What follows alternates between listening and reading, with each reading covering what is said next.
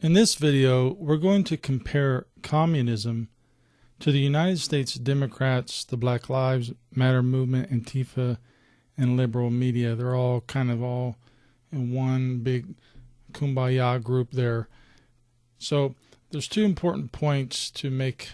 First is that most media, including CNN, is controlled by the liberal Democrats. Second, China is communist, and most Democrats in today are pushing for socialism and some even extreme communism.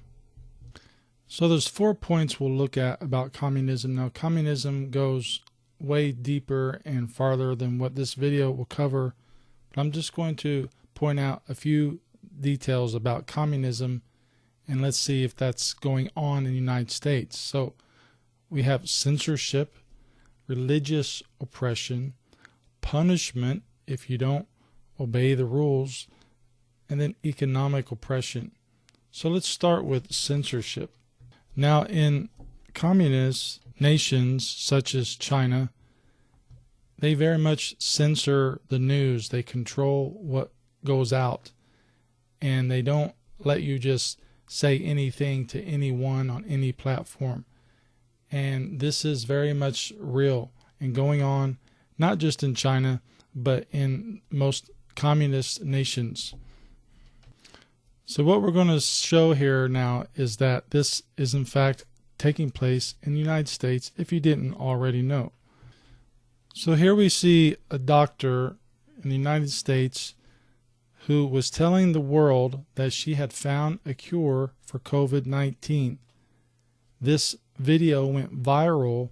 It had something like 20 million views, and in less than 24 hours, Facebook had taken it down, YouTube, and you can't hardly find it anywhere, and if you do, it'll probably not be there very long. Tucker Carlson then the next day did a special report about this. This is persecution. This is censorship. This is controlling what we can hear and what we can say. This is exactly what the Communist Party does. This is what communism does. So in our comparison to China and communism, what the Democrats, Black Lives, Antifa, liberal media are doing, they are pretty much the same as the communists, China, etc. Now we can look at religious oppression. So I'm looking at a website called conservativefighters.org, and they have an article here that says China forces Christians to renounce faith, destroy Christian symbols, or be cut off from welfare, reports say. You can also see they have this topic, what I was just talking about here as well. Now here's an article from CBN News that's titled, California's Governor Forbids Christians from Singing in Church Houses. Now this is just one example of all the religious persecution that's been going on in the United States, forbidding Christians to gather together, even when it's been shown to be safe. People even being arrested for not wearing masks. The level of religious persecution in the name of public safety is just unprecedented. It's a big hypocrisy. It's a big scam. It's a big lie. So, is the Democrat, Black Lives Matter, Antifa, let me add their liberal media, are they doing the same or very similar to what communism China is doing? Yes, they are. Now, let's look at actual punishment and force of control. We like our neighbors. We've never had a dispute with anyone. So why is the New York Times doing a story on the location of my family's house? Well, you know why. To hurt us.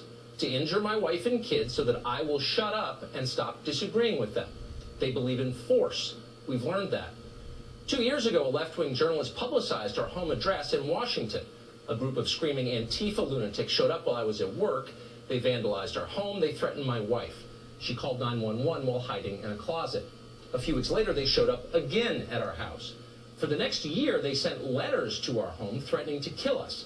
We tried to ignore it. It felt cowardly to sell our home and leave. We raised our kids there in the neighborhood, and we loved it. But in the end, that's what we did. We have 4 children. It just wasn't worth it. But the New York Times followed up. So this is just a clip of a video you can find on YouTube.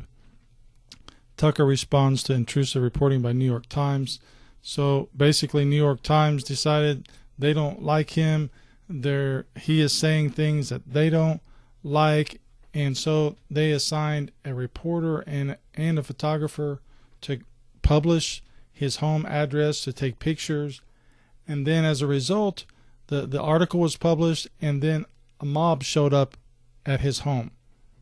Like, is this America? This is the actual United States of America, and this is happening? The New York Times is doing this, and we're just watching it happen and saying nothing? We encourage it. They are its beneficiaries. They tell us the only real crimes are thought crimes. It's okay to set fires or smash strangers in the face with 2x4s, so long as you are chanting the correct slogans. If you're on the right team, everything is allowed. But if you dare to dissent, swiftly punished. Go ahead and express the wrong opinion. Try it in a meeting. Try it on Facebook. They will find you.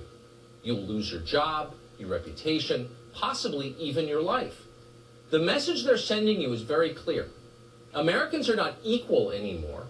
There are 2 standards in this country. One standard for them and a very different standard for you. Over the weekend, we saw exactly what they will excuse from their own supporters.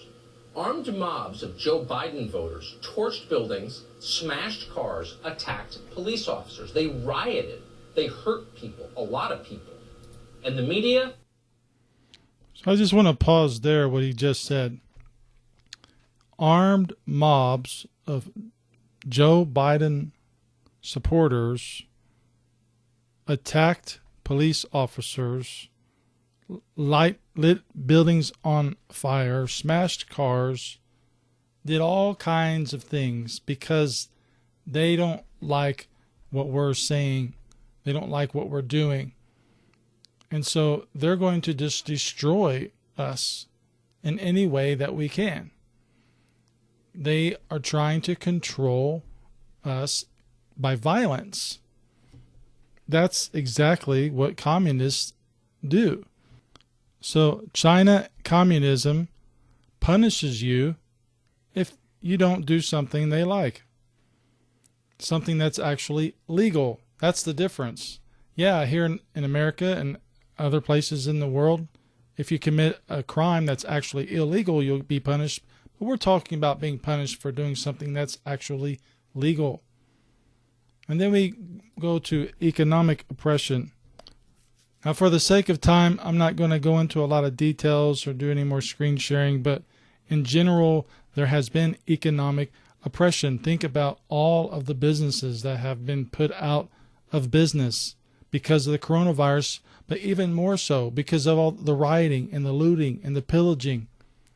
They have economically oppressed the entire United States of America, putting cities on near bankruptcy, Chicago almost in bankruptcy. They are oppressing us so that we will have no choice but to turn to the government. Then they will control. When you depend on the government and you have no other options because you're so desperate, then they have the control of you. This is what they want. They want exactly this. They want to control you.